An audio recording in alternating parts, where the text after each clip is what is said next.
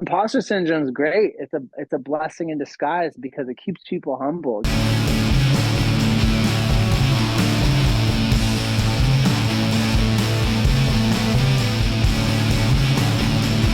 Yeah, yeah, Yeah. Hey everybody, welcome back to the Zen Perry Project. Today on the show we have Mike B of the Mystery Lights. Thank you so much for being here. And you are currently in Salinas, correct? that's it. Yeah, Uh, thanks for having me. yeah, of course. And this is your hometown. You're originally from there. Yep, yeah, born and raised out here. This is where the Mystery Lights started as well. This is yeah, and my family still lives out here, so I come a few times a year to hang out. I got two brothers, and I got some nieces that are in town visiting as well. So we're Uh, just hanging. the family affair. How does your family end up out in Salinas? I have no idea how they ended up here. I think my dad came from England, met my mom, and they lived out in like Castroville, Watsonville, Prunedale area. And when they married and had kids, they just found a house out in Salinas. So they just ended up here, which is really weird. It's a small town. There's not like a lot of people at all. But growing up, it had a really good punk scene. This is kind of like where I learned everything.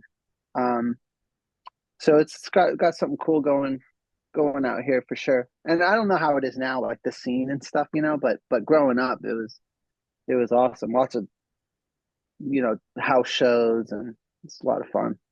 I Yeah, love it. a little shout out to one band currently doing some stuff. Winter Wind. They live in Salinas. That's it. Yeah, Yeah, they're great. We played with them a few times. Yeah, those are homies of ours for sure. yeah, I love those guys. I just played a show in Santa Cruz. I was living in Santa Cruz the last 7 years before I moved out to New York City. But I just That's went back awesome. for my birthday, played with my old band at the good old Crate Place. Um, Yeah, classic. yeah, I worked there for 4 years. That was a great spot. A lot of great bands coming through there. Yeah, that's a classic spot. We played there a handful of times, and it's wild to think too, because sometimes I'll see some big bands playing through there too, like Daniel Romano. No, He's like the country dude. yeah, yeah, yeah.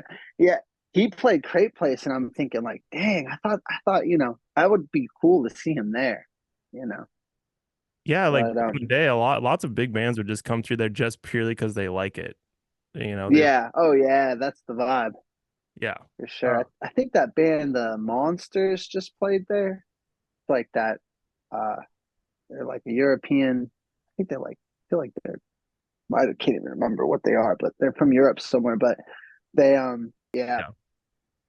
And how you guys came to be and what was the big move to New York City?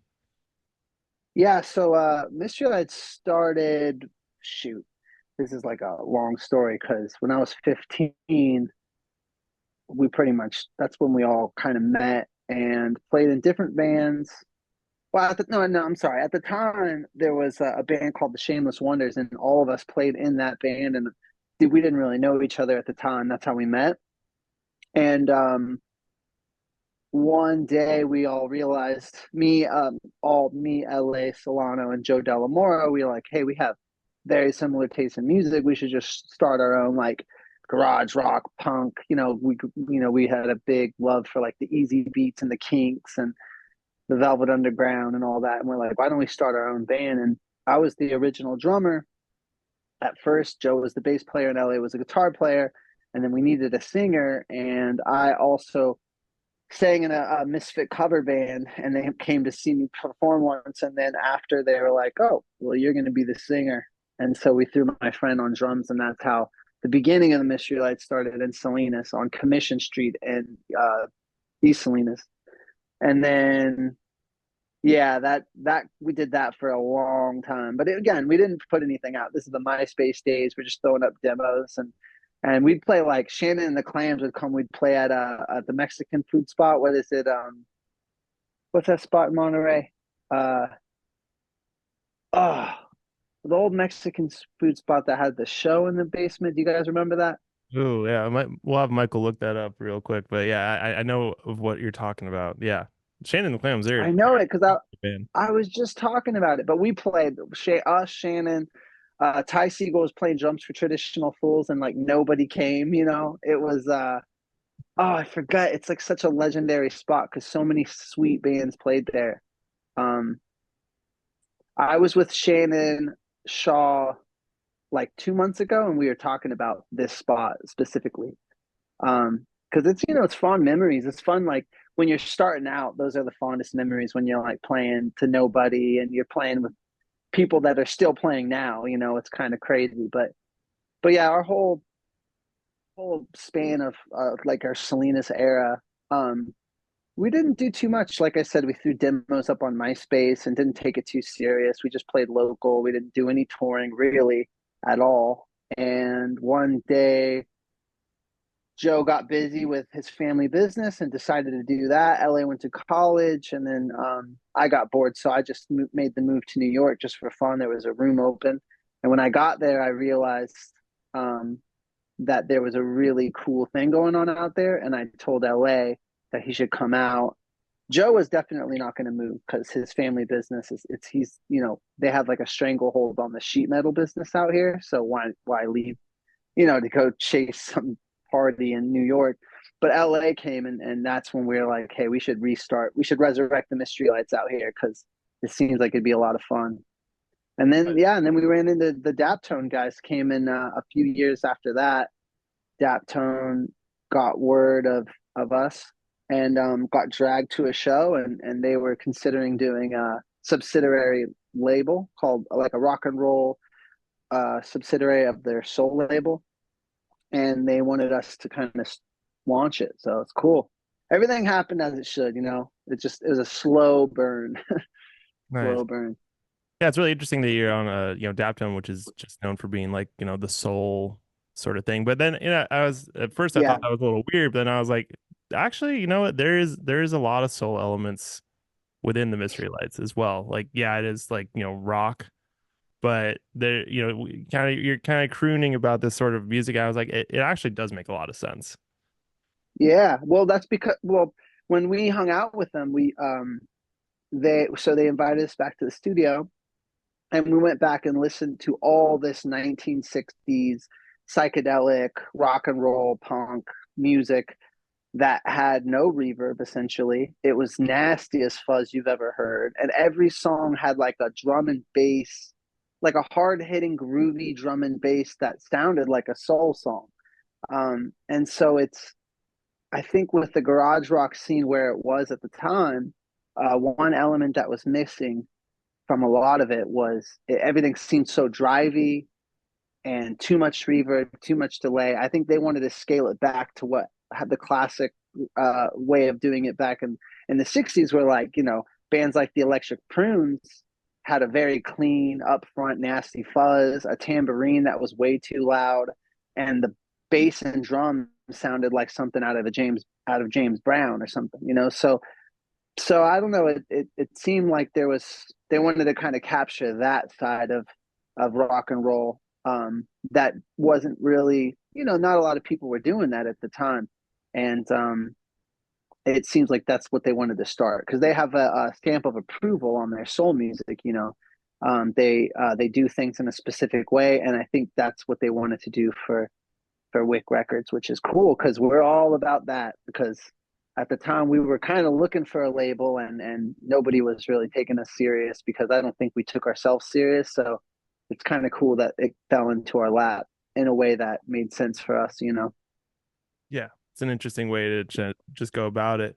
And actually, we were doing some research, and there's some people on Reddit. They're like, I used to love Mystery Lights demos. I wish I could find it online. You know, so Oh yeah, you guys ever plan on releasing those again? Do you have access to them?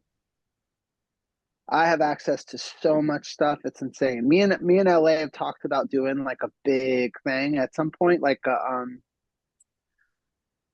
some sort of demo release, because I have access to about like 70 to 80 demos of songs that never saw the light of day.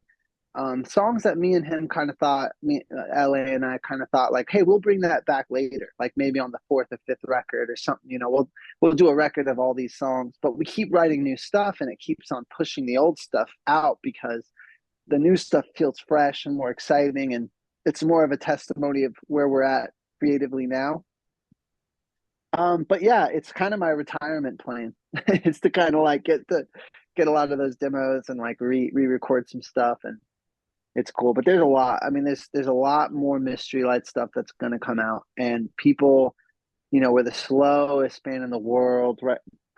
Considering like we write a lot and have a lot of music. It's just a matter of getting it to the studio, working it out with the band. That's what we're not good at. We're pretty slow.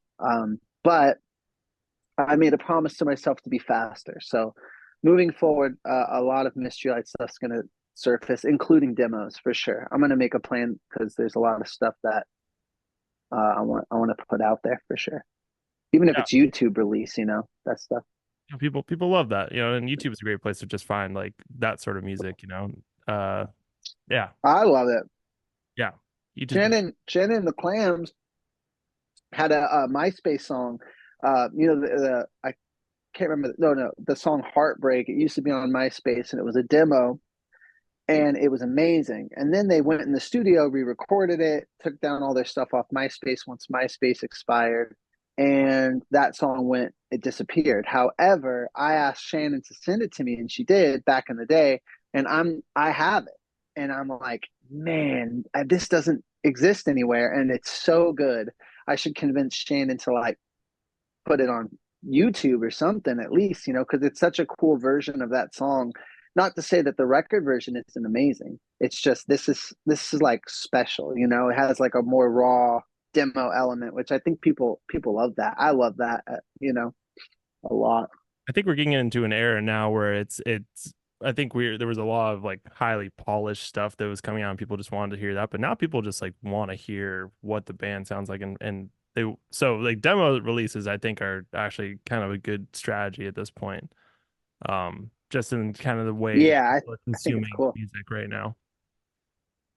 So what was the big thing for you guys? I love that stuff. What was the big thing for you guys moving to like New York? What was the thing that you're like, oh, I think the Mystery Lights are going to do good here? And actually, on a side note, I did a podcast with Vincent Blackshadow the other day, and he was like, I was like, oh, I'm going to interview Mike from the Mystery Lights. He's like, oh, that's the drummer leaving the bar right now that we were at. And I was like, oh, sick. So you guys we're nearby each other, but what?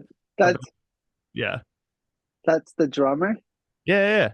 I think. Oh, you mean the drummer of the Mystery Lights? Zach? Yeah, Zach.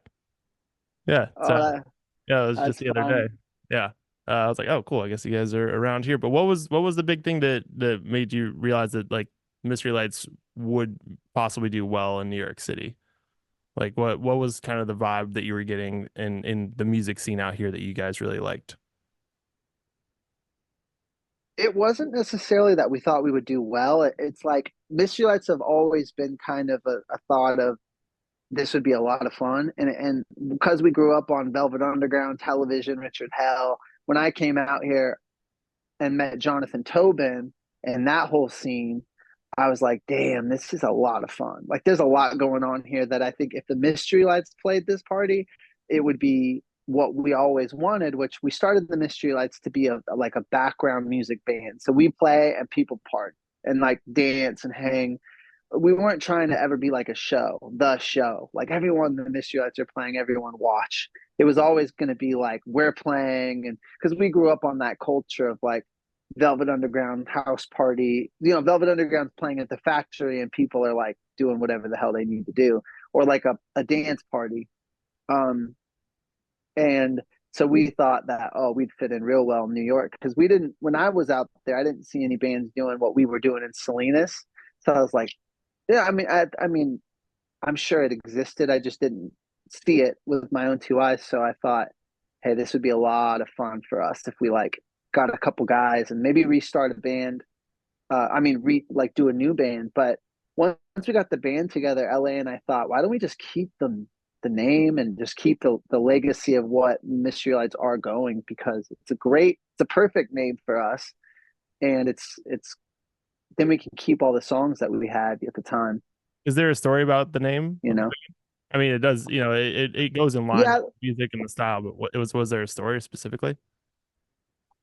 Well, we were trying to come up with a out in my park, out in the driveway of my house, actually, that I'm at. We were out there thinking like, what would be a good name for the band? And everyone shot a bunch of names out, and they weren't really sticking. And then LA was like he like wrote it on a thing, and it's the Mystery Lights. And me and Joe thought immediately, oh, that's taken for sure. Like that's a 1960s Nuggets band that we don't know about yet. So we looked it up and looked into it. Nobody existed with the Mystery Lights, and we thought, okay, this is absolutely perfect. Like this is our name, and there was no doubt about it. It wasn't like that. It was one of those things where it's like if we thought of if it's like if we thought of the Kinks, and then the Kinks didn't exist. It was like, okay, so we just got away with murder because the Mystery Lights should exist, and it should be a really sick 1967 buzzed out band that we just didn't come across. So it was cool. It fell into our lap. But I think LA came up with that. I don't know. The story keeps getting kind of twisted, but I think he found it in a dream. Like it came to him in a dream or something stupid, mystical. Kind of like, Yeah. but yeah, that's how it happened. And then we just knew instantaneously that it was the one. What do you think is like the quintessential, like the sound for the Mystery Lights, as far as like pedals or vocal sounds, or just an overall vibe? Is there anything in specific that you're like, this is what we do better than anybody else, or this is what makes us us? Is there anything that kind of like Yeah, comes to mind? makes us us in our whole entire history. It was always very like aggravated rock and roll where I always felt I was like a very, very hyperactive kid. So every time we'd kick in, I would move the way the music made me feel, which is kind of psychotic. So I'd do jumps and I'd do kicks. And I was also inspired by bands like the Hives, who used to do the jump kicks and everything, and James Brown, and so I'd kind of move in that way, and it was very like it's not unique to us. It's just inspired by like the twangy shrill guitar. AC/DC does it too, but the Who, it's that nasty guitar, clean, striking power poppy guitar sound with fuzz and a rhythm bass, like a rhythmic heavy bass and drums rhythm. So like on some soul, like Easy Beats, the Kinks, they had it. Sitting in the pocket type hard hitting, like super hard hitting drum and bass rhythm section, if that makes any sense. So Totally. soul, garage soul. So it's in that category of like that band, the Easy Beats, or bands like the Monks, or any of that. And what made us super unique? Well, I wouldn't want to say that. I don't want to sound like, there's other bands out there that are just unbelievable. Everyone is uniquely themselves. But something that really worked for us is when we met Wayne Gordon, who was the producer of our records. He was doing stuff with Daptone, and he was big on bass and drums, heavy bass and drums, like almost on some soul, but hip hop, almost on like the bass and drums. You got to feel it. The bass is extremely bassy, and the drums is like very hard hitting and almost boomy and bassy. So that really made the record pop for, I think, for a lot of people when they hear it. It's something you can bump in the club, but it's still rock and roll, and that was a big collaboration difference. Like with I mean, that was a big part of the collaboration with Wayne. We brought this shrill rock and roll, and then he helped us bring up the bass and drums and make it a little harder hitting. You know, Yeah. I mean, we always liked it hard hitting, but his bass and drum sounds are unique. That's why the records sound, like I said, you can play it at a football stadium and it would kind of make sense. It's got that hip hop vibe. So yeah, I mean that all makes sense. I kind of want to go into recording, but first, like how do things get written? Is it you in LA kind of making this music, or is it mostly you writing? parts and you bring it to the other people in the band, or how does the writing process go for you guys usually for music? Because you said you have a lot of music. Yeah, I write a ton. I constantly a lot of times I'll have ideas for the music, and then the lyrics come, or a melody, and I'll put it all together. But also sometimes LA will have an instrumental or something, or maybe like I come up with a really like basic three chord structure type thing, and then he plugs in some riff that makes it unique. It's exactly what happened with What Happens When You Turn the Devil Down. He came up with that lead riff, that whatever, that seeds inspired thing, and then I came up with the three chords that circulate that riff and make that riff kind of feel good. So yeah, that was a cool collaboration because it was very much like he made an essential part and then I made the essential part, and then of course I'll write all the melodies and lyrics. But yeah, it's this new record that we're about to announce is extremely collaborative. Like we put all five members in the same room with the producer, and we actually fleshed out a lot of the instrumentals, and of course I always do the most of the melody. Well, I'd say 97% of the melodies and lyrics for sure. But the instrumental has been pretty collaborative on this new record that we're going to announce next week. So yeah, it's coming, Great. or it's out. Yeah. So I guess you're gonna be releasing in the fall, is that correct? um, we're going to the release date. I guess I can say this now is it's going to be September 13th, Friday the 13th in September, Nice. and yeah. So when we announce this, which I think it's going to be announcing July 10th, it'll have we're going to do a single music video, and more tour dates to follow. It's funny because we announced like a European thing, and everyone was kind of hitting us with, why aren't you coming here, playing here? But I know that we are. It's just not announced yet. So it's just like it's been kind of fun seeing people and telling them, just to be patient. It's all we're gonna go everywhere. So if anyone listens to this podcast who's wondering if we're gonna come to that town, like I think the agent and management's plan is to put us in every single territory, because I'm seeing almost every territory on the conversation, which is That's, cool, that's including super like exciting. Australia. Yeah, so it's exciting, a little anxious for me. I mean, it seems like a lot of traveling and crazy. Seems like a lot, but I'm ready for it. It's been 4 years or something. I feel like, well, the last release was 2019, and then the world shut down from COVID, so we've been kind of on vacation. Yeah, I guess a quick side note. So, I mean, you mentioned it's a little anxious feeling. How do you feel about touring? How do you feel about traveling and being away from, the creature comforts of New York City or, home? What is Yeah, unique for you? I it's a love-hate relationship. I'm definitely grateful that I get to do something like that, and that people come out to the shows and are excited about the band. but but yeah, it gets a lot. Every night is a Saturday. Everybody wants to hang. Everyone, because of your past behavior, we used to do like 3 bottles of tequila a night and drink with the crowd. So everyone's expecting that.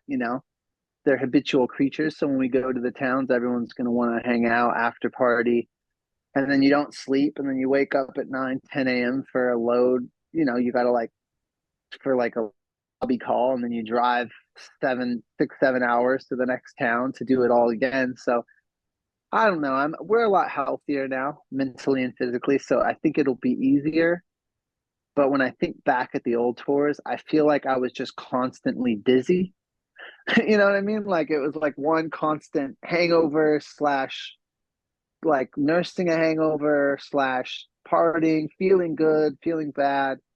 Um, I think the next tours are going to be way better because I think we're aged in a I think a healthier way, and I think we have our stuff together a little more.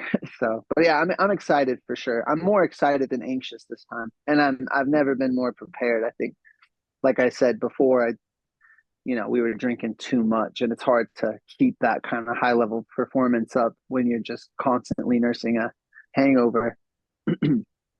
Yeah, I get that. Totally get that. So with this new album, I mean, say what you can about it, but did you work with Wayne again as your producer, or how did this album come about? When did you start recording it? Any and all thoughts, just give the people what they need to Yeah, hear about it. I think I can say anything because it's about to be announced, and it's not like we're the Rolling Stones. You know what I mean? I think it's pretty loose. It's yeah, it we'll see, but on this third record, it's great that we did it with Wayne, kind of full circle moment. He kind of took a break, and we took a break from music for a long time, and we kind of got back in together. And so it only made sense that his first record since all the COVID stuff was ours, and also finishing, uh, doing the third record with Wayne made sense to he's also our favorite producer. I would do records with him till the day I die. I'd sign a contract right now doing that because he's not only one of our best friends, but he's definitely one of our favorite producers. Um, and we just have a really good relationship. He moved to Los Angeles, and he got a house, and he built a home studio in his home. And so we flew out, and we were there for a month and pretty much just tracked everything live. And then we did a few overdubs. But he really pushed us. I mean, there was even a moment where I thought the record was finished, and he told us he didn't feel like it was done. So he's like, "You got to write a few more songs." And I'm frustrated because I'm like, "We just did it, what do you mean more songs?" And we went home and did it. We wrote 3 to 4, and two of them, actually most of them, but was we wrote with Wayne, and they ended up being the 4 top songs on the record. So he really pushed us when we kind of thought we were out of gas. And yeah, his studio is awesome.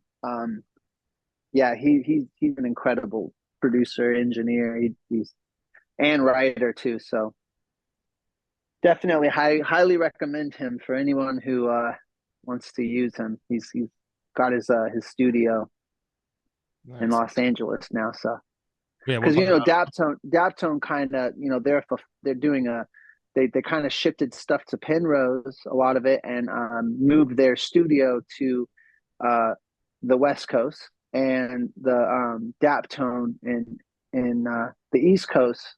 Daptone Records is more of like a shipping center right now. It's not really being used as a studio anymore. So I think a lot of people know that because Penrose is they like a West Coast thing now. But yeah, that's where Wayne went as well. So you kind of recorded everything within a month there. Were you were kind Yeah, of there with him, or yeah. what part of LA? Ah, shoot. Eagle Rock, I think it's I'll like say. over there. I think it's like in that area. I can't remember. It's like I'm pretty. It's just slipping my mind right now. But yeah, he lives over in that area with his studio, and yeah, we lived. I stayed in one of the rooms at his studio, and the band stayed nearby at some friends. And it was great. It was a lot of fun. It was. We recorded it August of last year, Okay. and it took some time because we needed to do some couple of overdubs and the mixing, and it was a process for sure, and then the artwork and everything, but it all turned out to me is as perfect as it possibly could be for this third release. You'll see when the art comes out, and the videos and stuff. I think people will be happy with it because we spent as much time on it as we possibly could to make it as good as we could, because people haven't heard from us in a while, so we're trying to make it worth it. And we put 12 songs on the record, so it'll be it's a good amount. Yeah. Who does your art Like where do you guys get the idea, get your aesthetic and the album art? Who's kind of the brainchild person for that? LA Solano, our guitarist. He went to school for video, graphic design. He's extremely good at that stuff, and he has a specific aesthetic. We kind of grew up on a lot of the like punk slash magazine type of aesthetic, and so he kind of takes that approach when he does our artwork. So he does all the flyers. Um, the first record was actually done by Kevin Harris, who used to play keys with us. But the last two is LA. And also our keys player, Lily Rogers, she did a ton of art stuff on this new release. So she did the music video that's about to come out in collaboration with LA. And also LA did the front and back cover of the new record. And then when you open up the record, there's going to be a huge gatefold layout, and Lily did the whole thing. She's very talented. Actually, Lily's addition in the band has been amazing because she is one of the best keys players. Like we always had keys players who kind of just played, and it was fun. I mean, it wasn't that they were bad, but she's an actual classically trained keys player who knows how to play. She knows everything about synthesizers and how to, the aesthetic of, I mean, like the structure of a really good ballady song. So it's been cool collaborating with her. Good songwriter, great artist, and perfect for us, So How did you find her? yeah, How did this? she used to she used to play in a band called Worthless. They're also awesome. And we used to play shows together with Mystery Lights back when we didn't have keys. It was just a four piece, and she was just a friend for a super long time. And then we needed her. Mark Sultan barbecue show. He was putting out an album and wanted to do a live performance in New York and use Mystery Lights as the backing band, but we needed keys, and so I asked if she'd play, and we had so much fun doing that we said, hey, would you like to play keys and come to Australia with us to do Giz Fest? And she did. And after that, it was like, all right, we're not letting you go. You're in the band now. Like, you're too perfect. And she had just recently left Worthless. And so she was kind of a free agent. And we picked her up as fast as we could and been playing with her forever now. I think since 2018, 2019. Yeah. Maybe even sooner. It seems like it was meant to be. Yeah, she's the best. She's awesome. And she fits the personality and she's all, she's awesome. Love that. Kind of going into, I mean, I'm really excited about the new album. That's going to be really cool. And everything. It seems like you guys have been really working hard on making this. It seems like you're trying to make almost a comeback, but people are still talking about you guys, still listening to your music constantly and excited about your shows. What was kind of like the big reason why I guess the long pause for you guys? Was it just because of COVID and all that stuff, or was it just something you just only want to put music out when you're ready? The long pause was because on the first and second record, we toured nonstop, and every single time we would come home, especially on the first record, we barely have any time to write and record the second record. So even doing the second record took 4 years because we would tour, come home, have a week to where we like do one song, and then we'd have to go back on the road. And and so once the second record came out, kept touring, it felt like we toured so much physically and mentally. I think my health was deteriorating at like a rapid at a rapid rate. I was having really bad anxiety, and I was like drinking way too much. And when we came back from end of 2019, uh, right before the pandemic started, I remember coming home and waking and like shaking. It was so bad. And then COVID hit, and I thought, okay, this is a great excuse to chill. I'm done with music. I didn't even want to listen to it. In 2020, I didn't listen to music. I meditated, I read, I tried to get my health in order, stabilize my physical and mental health. And then after 2021, I started dip my toes back in. Started talking to Wayne, started talking to the band, started like writing, having ideas for a record and doing some demos. And then, yeah, and then it took a couple of years after that to kind of like, we did some stuff. I don't know if anyone followed, but we did a Spain tour. We toured with the Hives. We did a couple of, we kept busy enough, but I think music kind of hit the back burner for a little while. And plus, there was a minute where Wayne wasn't wanting to do, he was kind of he was kind of MIA for a minute, and we were looking for a new producer potentially, which sucked because that's a whole thing. Um, and then finally, it just all came together. Wayne was ready to do another record. He heard some of the songs. He said, I can get behind that.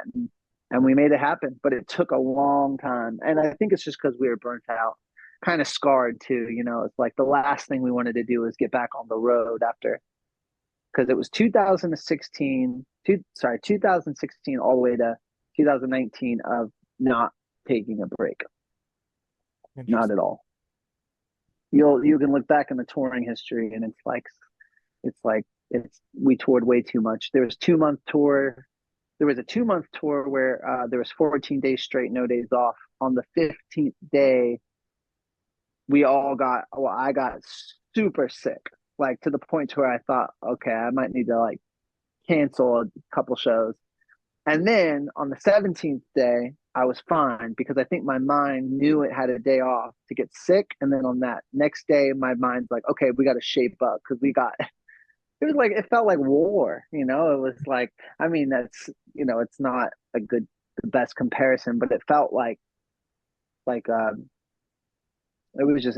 was tough to keep it up. It's just drinking, just touring, not smart, not sleeping, drinking too much, and having barely any days off. It's a lot, it's a lot of fun too at the same time. It's really interesting what you said about you basically didn't listen to music for a year and you were meditating and reading. I think that's you just went full reset. How do Yeah. you kind of plan on balancing burnout and all of that going into this next record and touring cycle? Is there anything you're kind of trying to keep in mind? How do you feel like you're more prepared now? Well, now I am, because I'm not drinking as much going into the tour, like partying as much. I feel like, you have a few beers and then you just know, okay, instead of going to this after party and not sleeping, I'm gonna go back to the hotel and crash and like get some sleep and know that, and we're still gonna party. Don't get me wrong. I mean, we're still gonna drink and have fun. It's just a little bit more of like getting to the age to where the hangovers are hitting harder and the anxiety is so bad where you get on stage and it's like, okay, I would rather not feel this bad performing. So just like trial and error of like knowing what makes you feel good and what makes you feel terrible. And I feel like we have a really good balance now. I mean, we played a few shows recently where it's like we still drank and had a good time, but I was very aware that, okay, well, I should probably pass out at this hour instead of staying out till 6 a.m. I should probably like get some sleep so that tomorrow isn't trashed. And in the past, especially because we were younger, but like we were able to wake up, still drunk, get to the sound check, have 2 beers, and we'll be normal. And then that night we do some tequila. It's a bad cycle, and you don't want to get behind that. So I think everybody in the band has aged in a healthy way where, we can moderately drink and still party, but not be stupid about it, Yeah. And I used to have really bad like anxiety and, racing thoughts and all that. That year of meditation helped a lot for me to like get my head straight. And I feel much more focused and calm. That's great. It'll be better. I think the people will get a more like matured, instead of us being drunk and just like probably playing like shit and not noticing it, putting me out of tune. I think we'll be a lot more on point for sure, which is going to benefit the shows. super interesting. Yeah, and yeah, thanks for sharing. It's good for people to check themselves. And good. I'm very excited to see you guys when you play here. Let's kind of talk about what you're reading and how you write your lyrics. Hmm. And you've even mentioned that kind of Bob Dylan writes in an interesting way in the sense that he doesn't necessarily take a side in his music as politically. Yeah. Kind of just like throws both perspectives out, and that's just what it is. Hmm. I would just love for you to just kind of explain sort of some books that you really like, some kind of just how you approach songwriting and any and all thoughts on that. Yeah. That back to real quick to just address the Bob Dylan thing. Yeah, I always loved the fact that he just said what it is and he didn't take a side on it, and it was very, very clear as to what was like. I mean, everyone has their own idea of what right and wrong is, and he kind of understands that. So he just says what he says, and you can choose. But he made it in such a crystal clear form, that you kind of knew, oh, this this this is very. It's almost like this is evil without him having to say it's evil. You know what I'm saying? Mhm. You judge for yourself, kind of thing. And I think that's so cool. It's like a painting, and a painting that doesn't have to say like, didn't have to take a stance or get political on the painting. It just is what it is, and you can kind of think for yourself. Um, but yeah, as far as books and stuff, I'm huge on uh, Carl Jung and the shadow and psychology. I'm big on subconscious reprogramming, how people identify, how people's actions and behaviors kind of become their identity. I love stuff like that. Like not Joseph Campbell. Sorry, Joseph Campbell's amazing, but uh, uh, Joseph Murphy wrote "The Power of the Subconscious Mind." That's one of my favorite books, um, that I love. I'm actually reading "Man's Search for Meaning" now, Viktor Frankl. Um, but all that's, I don't know, just psychology. I'm big into spirituality and psychology, Eastern philosophy. I was all about Alan Watts and all. Dr. Joe Dispenza is amazing. He's a neurologist who he actually got me real excited about meditating, because he would show that through meditation, he would do these studies where he'd take cancer patients and he would teach them how to meditate and get into a specific brainwave state where your subconscious mind is susceptible to specific imagery. And so they would have cancer, a specific type of cancer, and they'd go into the state and they would visualize themselves being healed. And because of the brainwave state they were in, the subconscious mind didn't know what was real or what was false. So the subconscious mind started to believe and accept that it is healed. So when they would come out, the brain waves and also the cancer cells showed that it was going into remission, quick remission.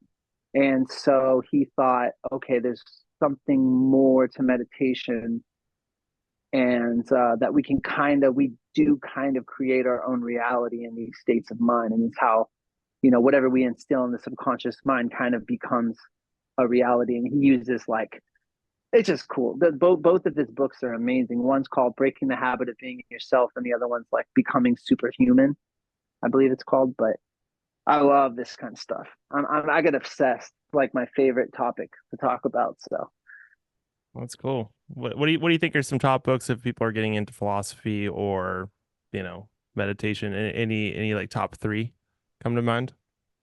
for meditation, Dr. Joe Dispenza's books for sure. Those two are insane because it kind of breaks down the science behind it. So someone who's like, oh, that's the raw meditation yoga guru thing. It kind of it takes that and says, this is science. This is neurology. This is a neurologist. This is the facts. When you get into this brainwave state, this is what happens in your mind and your body. And so people are like, wow. So meditation is no different than like eating really healthy or something, or just it's very commonsensical. So it makes meditation not rah rah. So those books are must. same with the power of the subconscious mind is a must. This is all like subconscious reprogramming, but as far as like philosophy, I mean, it depends. There's so many good books out there. Alan Watts, The Wisdom of Insecurity was always like a classic. I had a 1960s copy, and it was like really I had actually lost it, and then for my birthday last year, my bass player found it and like bought it, like gave it to me. It's like really cool copy of one of my favorite books. But there's a lot. I mean, if I was at home and I could see my bookshelf, I would name Angel Text a good one. Antero Ali's, that one's amazing. Gosh, there's a lot. Yeah, I'm big on that kind of stuff. It's like my favorite thing. I actually like it more than music. If I could choose, I would just sit and like drink coffee and read these books. Because it inspires music. So it's like this is first, and then I turn around and then there's music to like pump it into it, you know? Yeah. No, It's I really like that. cool. Do you like that kind of stuff? Love Do it. you like it Yeah. like psychology and all that? I read that Alan Watts book. I think it's called The Book. Oh yeah, yeah, yeah, yeah. Read that when I was Becoming Who like, You Are, the book. Yeah, I remember yeah, I that. think I was like 15 when I read it, and it kind of just blew my brain open. Yeah, yeah. Is Alan Watts is cool. He's cool too because he's like, he wasn't any guru. He was a philosopher, straight up. And I think, correct me if I'm wrong, but I think I read like he died of boozing. Like he was a boozer. Like he was a human being having these thoughts, and even though he's saying this is a good way to this is a good perspective, he still had his human. Sometimes you get these books from these gurus and it's like they're so perfect and it's kind of like hard to relate. But Alan Watts was no different than Ken Kesey or Jack Kerouac. He was a wild man, and he's him is like in that same category of people as like the Ken Keseys and the what's the psychedelic dude that the Doors kind of use their name from? What's his name? The psychedelic guy. Gosh damn it. I think Ken Kesey would be first thing that comes to No, mind. no, no. I'm just Huxley. Huxley. Oh yeah, yeah. Um, yeah, All yeah, yeah. yeah. They used to all hang out and do this stuff, and they were all about expanding your mind and your perception. I think that stuff's so cool. I get so into it, and not coming from like a guru perspective, like I said, like we could hang and have a couple beers with Alan Watts, and it would feel very just you and I talking kind of thing.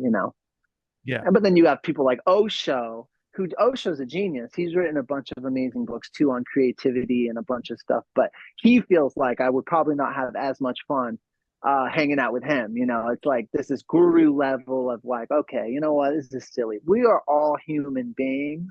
And that's the fun part of being a human. Making mistakes is one of my favorite things to do because you learn from it. And it's like that to me is so fun and rewarding to realize like, oh, I hurt that person's feelings when I said that, or oh, I should have said it. I should have said that sentence in this way to get my point across, or making adjustments is like my favorite thing in life. And if you're perfect and you're just enlightened, then you're robbing yourself from the fun of learning.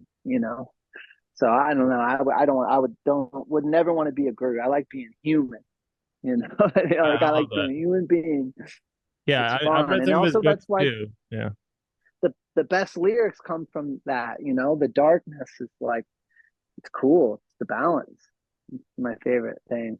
Do you have a favorite like thing or song you've written or lyrics that you've written or a line that comes to mind that you're like, I really enjoy that. That really summed up kind of what I was thinking about. Huh? Like in one of the songs that I put out, maybe Yeah. like one like that people already know. Um,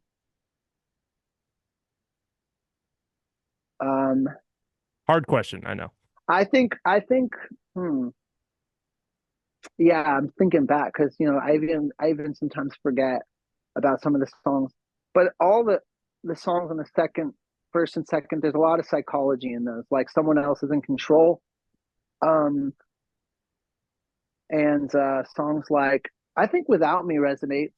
It's it's about, like sometimes relationships, they try to hold on um by a thread, and they kind of try to make it work, and at some point you just gotta like just let it go. And it's kind of admitting, honestly, honestly, baby, you're better without me by your side. It's kind of this like acceptance of like, I think this is not for us and we got to move on. That one hits. um when every time I sing it, I always think about those lyrics. But there's a lot on the new record that's coming out. Yeah, that definitely well, the first single that'll be out when this comes out, so I could talk about it, it's a song called Purgatory. And it's about pretty much on how on this earth we all try to be righteous in the midst of like, I take kind of a religious perspective of like, you're trying to be righteous in a world of sin. So like, there's trying to the lyrics are like, I truly try to be a righteous man constantly in the midst of sinful situation, but sometimes, see, I fall short. Now I'm stuck in God's court of expiatory purification. So it's like this um trying to rise above the lust and the greed. And it's just a fun song, I thought. And also conquering your demons, the negative voices in your head. Are you going to rise above them? Are you going to conquer them and get to your best self, or are you going to succumb to the shadow and become evil and your worst self? Are you going to do harm to people? Are you going to become a bitter person? Are you going to, and I think that's the constant thing that we're doing. Are we going to fall short and become our shadow, or are we going to understand the shadow and work with it to like rise above and become righteous, or become our ultimate self, if you will, like our the person that isn't living in regret. um yeah, sorry, it's kind of a long explanation because the Oh, I song, it love that, takes a man. lot of, but I guess it's just a song literally about, it's kind of your choice. Are you going to sit and sulk, or are you going to you're going to better yourself and stop lying and stop, if this makes any sense, Oh, it trying totally. to be the good person. Yeah, well, that's why I love doing these interviews. It's like you kind of go deep on where you're coming from and stuff that you're dealing with, that just being a human. I love that. Um, Yeah, it's my we're favorite stuff. we're getting close to wrapping up. I want, before we get to these last kind of these main questions I gotta get through. I just want uh, to kind of like just tell people what you're about to do. You're about to be playing at Xanadu, which is the mm, roller skating rink, July 25th for Desert Daze. I'm really excited about that. That's going to be, I was just there for the first time. It just opened up. It's a rad spot. Heck yeah, you're gonna come to that show, that desert Oh, yeah. nights, desert Yeah. day. Heck Yeah. yeah. Yeah. Me and Michael will be there. But yeah, well, I'm just in a succinct sort of way, just let people know. So you have an album coming out. You're going to be touring. Anything else that you just want to let the people know? um yeah, touring, album's gonna announce. um there's a lot to come. This when this comes out, this podcast comes out, um just know that the plan is to play everywhere. So there are going to be some dates that get announced, and there's no East Coast, but trust me, 2025, there's going to be a plan. We're definitely going to do it all. So records coming out, we'll be touring everywhere, and there is more coming. We're all working to on new music now, so that we're ahead of the curve. So even when this record comes out, just know, like, probably at the top of the next year, we're going to be recording new records. So we're going to stay productive, and I'm hoping you see a lot more from us moving forward. That's awesome. Yeah, And I just have a couple more questions for you, kind of just get yeah. keep it going with the philosophy. And what do you think is kind of your biggest challenge right now, either for yourself or for your band, dealing with the world? What do you think is kind of something that is your biggest challenge that you are working through right now? I think just ourselves. I think we are our biggest challenge, dealing with the balance of making enough money to tour, LA has his own business. He opened up Funhouse Screen Printing, so they do T-shirts and stuff, and he runs it. And so like balancing that and also getting on tour, making sure we make enough money to like pay bills. Yeah, sorry, I want to do something weird. A weird balance of making this work financially, the music stuff, because money's coming and there's money. The money's there. It's just a matter of like, ideally, we would do the music stuff full time. I think is the big challenge that we're dealing with right now. So hopefully, if this record does well and people come and support, and then we could hang up all the outside noise and just focus on making more music, because that ultimately sounds like the most fun way to live the rest of my life. Yeah, that all makes sense. Yeah, that we're basically just like challenging ourselves constantly, and to be making music, it's not the easiest thing to do. So yeah, that's the big challenge. So just us.